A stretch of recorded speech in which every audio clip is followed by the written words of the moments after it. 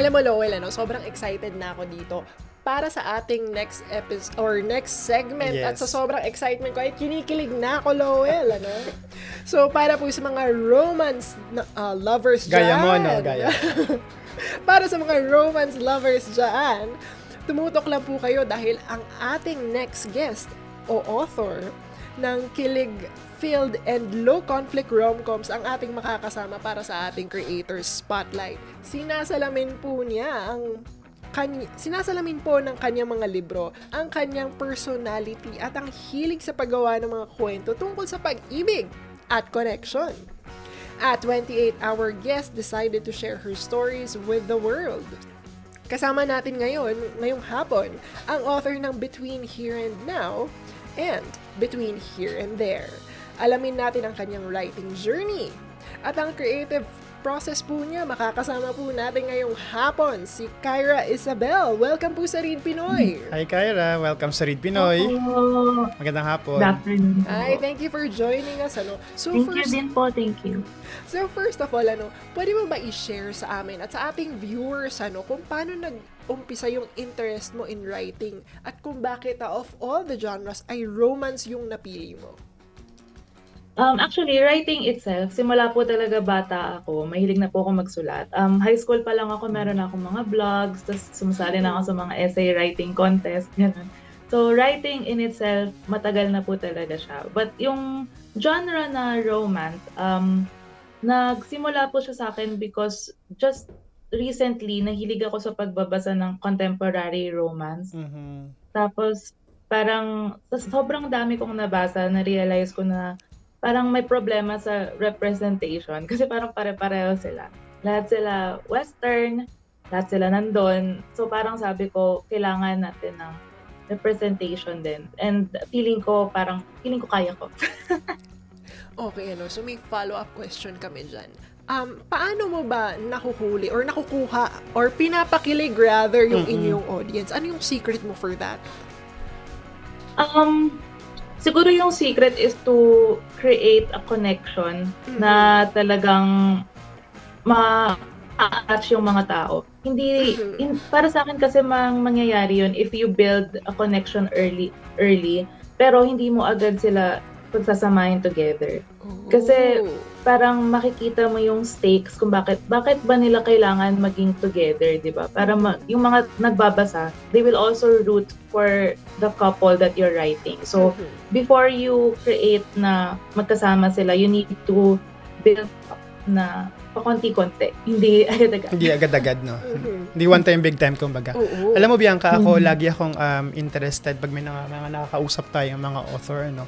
Interested tayo lagi na itanong yung creative process. Kasi may kanya-kanya, may iba't iba. Ikaw ba, Miss Kyra, meron ka bang mga kakaiba or mga quirky na rituals or na routine, ginagawa? Diba? O routine before you start writing? Alam mo, I wish I can say na I do, but I really wear many hats. I'm a mom of a toddler. I work a corporate job. So really, the ritual is just to sneak in my writing as often as I can. So madalas nagsusulat ako sa phone. Wow! Pwede pala yun. Paano Miss Kyra yung pagsusulat sa phone? Like, So, dinownload ko yung Google Docs na app. Kasi Google Docs is diba? I mean, pwede siya online, pwede siya sa phone. So, parang sinusulat ko lang siya anytime na meron akong free time.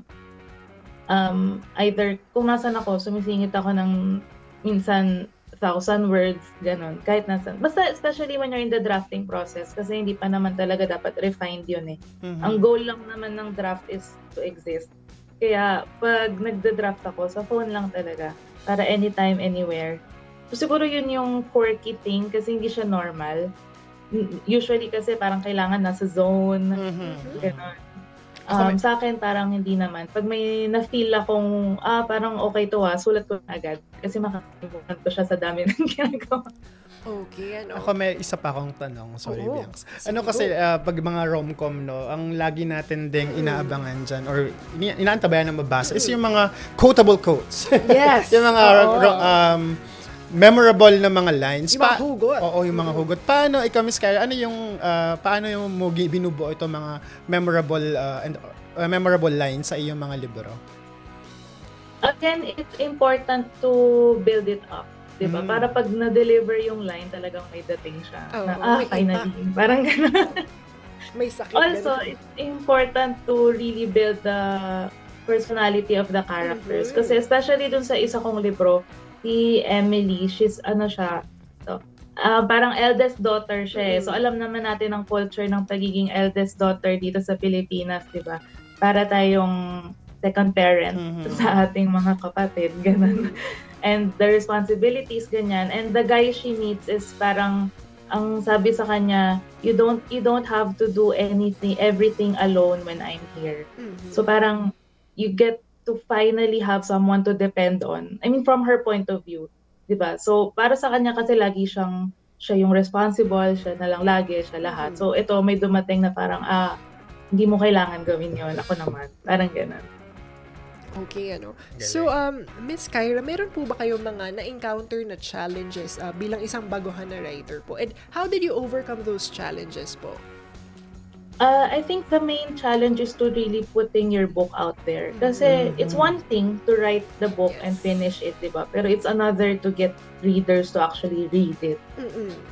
So, para sa akin, naging challenge yung kung paano ko siya i-market. Kasi nga, self-published ako. So, wala akong publisher. So, ako lang talaga from the bottom up. So, yun yung naging challenge sa akin. And how I think I overcame that is that social media talaga.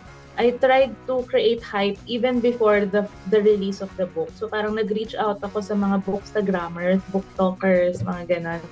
Nag-reach out ako sa kanila na, uy, bago ako, bibigyan kita ng libreng copy in exchange for a review, ganyan. So, madami naman sa kanilang nag-respond and thankfully, sila na mismo yung nagkalat after that.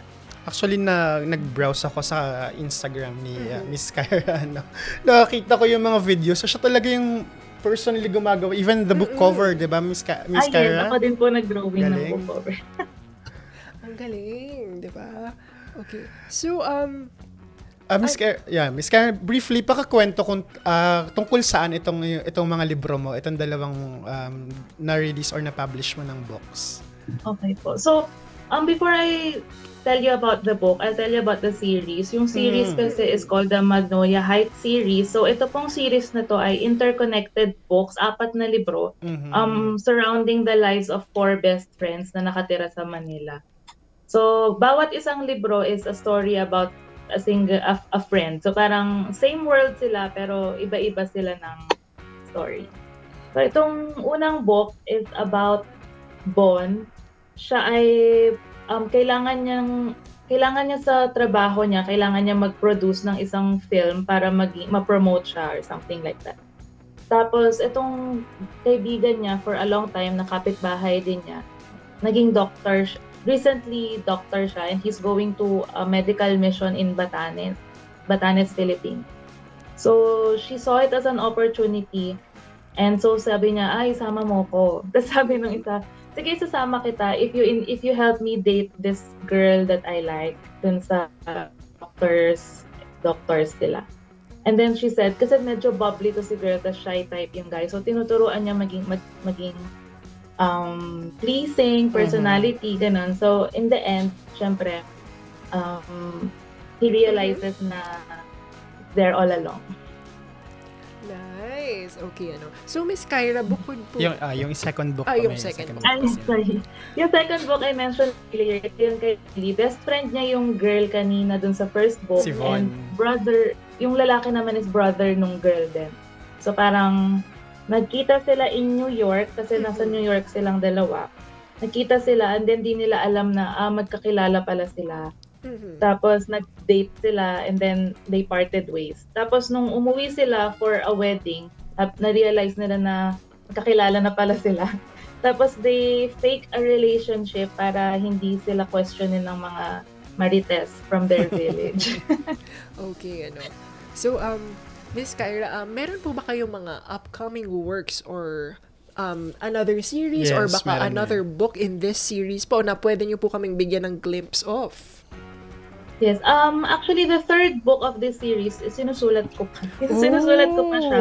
But I'm eyeing to release it around September. So, siguro the best thing I can say is just to watch out for it sa Instagram ko. Doon naman ako lagi Abangan po natin yan ngayong September na 2025. Actually, meron pa akong gustong itanong kay one last question before we end this interview. No? Dahil, Miss Kyra, aminado tayong baguhan pa lang or nagsa-start pa tayo sa industry, no?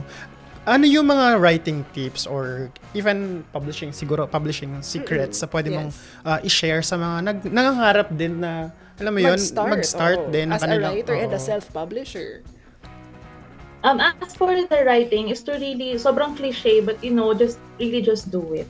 Kasi, if you always wait for the right timing na, wala pa akong time, siguro next month na lang, pag may time na ako, the right timing will never come. Kaya nga sabi ko, it's better to write what you have right now and just, let it flow, let the ideas flow. It doesn't have to be perfect, especially yung first draft mo. Just write what you want to write and then after that, tsaka mo na lang siya ayusin. At least nandun na siya, di ba? The draft already exists and it's easy to fix what's already there kesa to create something. Kaya write when you can, whenever you can. Kahit sa cellphone. Di ba? Google Docs lang. And as for the publishing side naman, syempre kung gusto nyong mag-publisher, I'm sure there are a lot of publishers willing to take on diba? But in terms of self-publishing, I think it's ideal kasi you get to build your own brand, your own content, your own voice, and you see yourself as a brand na in your books, your product. Kaya mas madali siyang i-personalize to your own Everything naman is available online. Especially sa NBDB, merong dun ko nalaman yung mga steps on how to get yung mga ISBN, mga technicalities na ganyan. Available naman lahat sa site ng NBDB. Yes. Okay, so Miss Kyra, bukod po sa romance, ano po ba yung mga themes or tropes po na tinatalakay nung inyong libro? And in the future po ba, are you considering po exploring other genres po? My existing books, aside from romance, they really tackle the Filipino culture. Kasi we really get a glimpse of what it's like to live in the Philippines and have a romantic comedy set in the Philippines. Usually, napapanood lang natin. It's also about time that we read about it. And aside from that, it tackles the friendship, healthy friendships na walang insecurities, mga ganyan. So it's a breath of fresh air kasi parang these are 4 girls that are genuinely happy for each other. Kasi diba in a society where women are always pitted against each other, it's refreshing to see na itong mga to, lagi lang silang masaya sa isa't isa. Siguro in the future, I don't see myself writing other genres yet. Kasi personally, romance kasi it comes easy for me. It comes natural for me. Yung iba, I read all the genres, pero hindi ako ganun ka-intricate Like kanina, si Katrina. Oo, grabe yung world building and the time it takes to build a book. Yung months of crafting the ideas, parang hindi ko pa ata yun, hindi pa kaya ng skill set. Alright, maraming salamat, Miss Kyra. So much, Miss Kyra. Nakasama po natin sa Creator Spotlight si Miss Kyra Isabel, isang rom-com author. Thank you for joining us po, Miss Kyra. Good afternoon po. Maraming salamat po.